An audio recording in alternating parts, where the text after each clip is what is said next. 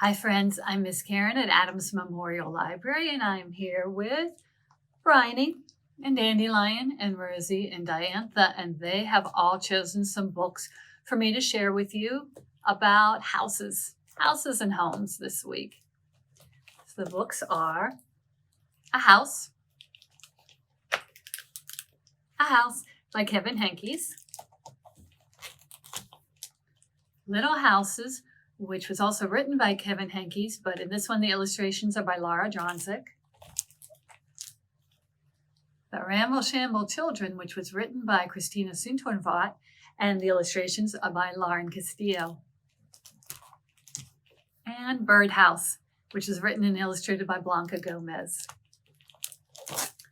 So, A House, which was Bryony's pick, was because Bryony likes little houses, and this is a little house.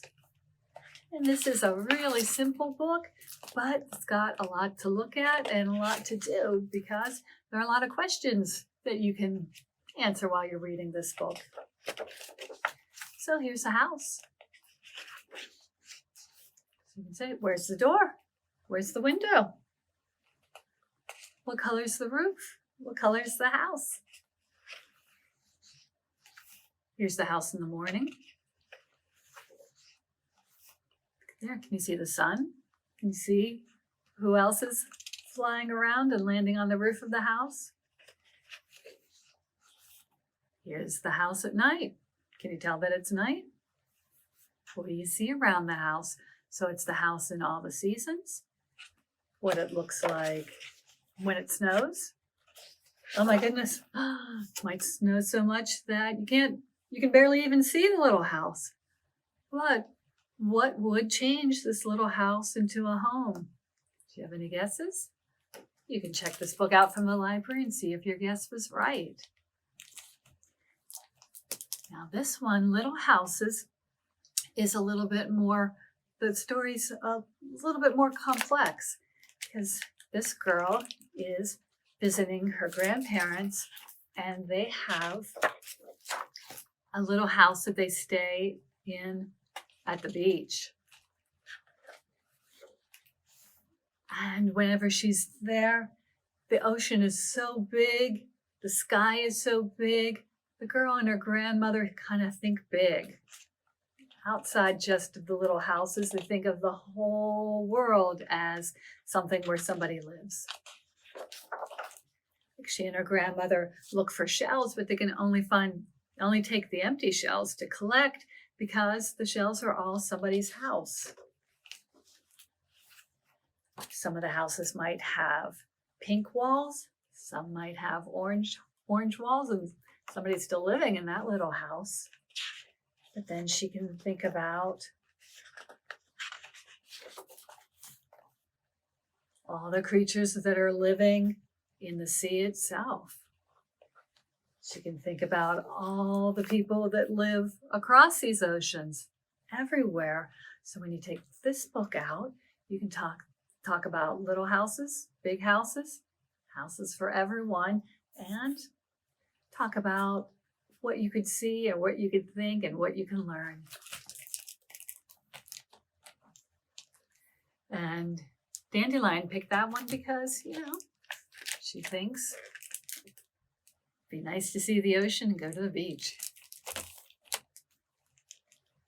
Rosie Bunny-Rabbit picked this one, Ramble Shamble Children, because they live in a house in the woods and she thinks a house in the woods is always a nice place to live. So these 5 children are together and they're a family and they find a house. Looks like a perfect house for them to live in. It's a little bit ramble shamble, but that's okay because they're living together and there's always work to do, but they can share it because Merritt takes care of the garden and Lockie and Ruzel chase the rabbits, or not the rabbits. Sorry, Rosie, chase the birds off who are trying to get into their garden. And this is Finn. Finn fed the chickens, and this is Jory. Jory looked after the mud. Very important. So they collected the food From the garden, they collected the eggs from the hens. And at night, Mara would tell them stories. And they lived very happily in their little ramble-shamble house. Except one afternoon, they found a book in the attic that they were looking at, and they thought, oh, look at that house in that book. That is not a ramble-shamble house. That is kind of a fancy house. And then they thought maybe they should fix up their house. So they built a very fancy place for the chickens to live. They did a scarecrow instead of just chasing away the crows. Oh, they made the garden look neater. They pulled up all the weeds. They had rose bushes around the garden instead. And they got rid of all the mud. So now they've got a fancier house. But what do you think? Does that make it better? Worse? Is everybody going to like it? And, maybe you need mud to have a proper house and to have a proper home. So if you check out the Ramble Shamble Children, you can find out what happens to the 5 of them and what happens to their house. This last one, Diantha chose this one because she likes birds. This one's called Birdhouse, and she thinks everybody should have a house to live in. So this child is with her grandmother, and on a very snowy day, they see this bird was having a little trouble because the bird is injured. And they find the bird and they take it home, and Abuela fixes up the bird's leg.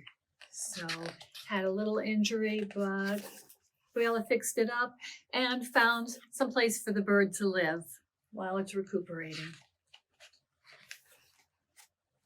When the bird was getting better, Abuela would open the cage and then they'd let the bird fly around the room.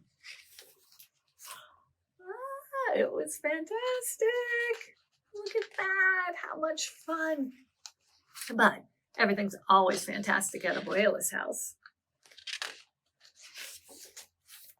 But soon the bird does get better, and Abuela says can't stay in this cage anymore. It needs to be free, so they let the bird go. And it's kind of sad without their bird friend. But they're happy that the bird's able to fly away and was all better. And so winter turns into spring, and Abuela's busy building something just in case a friend ever decides to come back and might need it. So can you guess what she's building? Well, when you check this book out, it is called Birdhouse, so that might be a clue. You can find out if you know what Abuela was reading and who's going to be able to stay in that house. So friends, you can come and check any of these books out from the library if you'd like to read more about houses and homes. And you can either check them out at the library, you can always reserve them and we can have them ready for you, and you can pick them up through curbside service. So thank you very much for joining us this week to hear about house stories, and we'll see you again next week and we'll do more stories. So thank you, friends. We'll see you later. Bye.